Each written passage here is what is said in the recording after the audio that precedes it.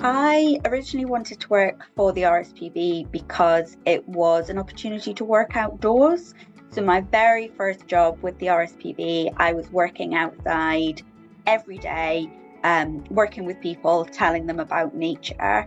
And from that, I got more and more interested in the practical conservation side of things, the practical science side of things. And as I learned more and more, I sort of decided it was something that I wanted to do as much as possible and on a full-time basis. I use a lot of science and scientific knowledge in my role at the moment, particularly looking at monitoring seabirds. So obviously there's a lot of biology in there. I spend a lot of time reading through experiments that other scientists have done. So it's really, really important that I understand that. Science knowledge and understanding is important to a career in the tracking of seabirds or any sort of ecology. Firstly, you need to understand the work that other people have done before. And secondly, you need to build up a big picture of what's happening at a habitat-wide, country-wide, and at an international scale. So you really need to understand these wider pictures of ecology, as well as some very basic things about animal biology. So even something as simple as knowing if a bird does or doesn't migrate, you absolutely need to know that before you start to think about what sort of tag and what sort of tracking you want to do on that particular bird, or in fact any other type of species as well. I was interested in science at school, but I actually chose to study chemistry rather than biology or physics. So I really, really enjoyed chemistry.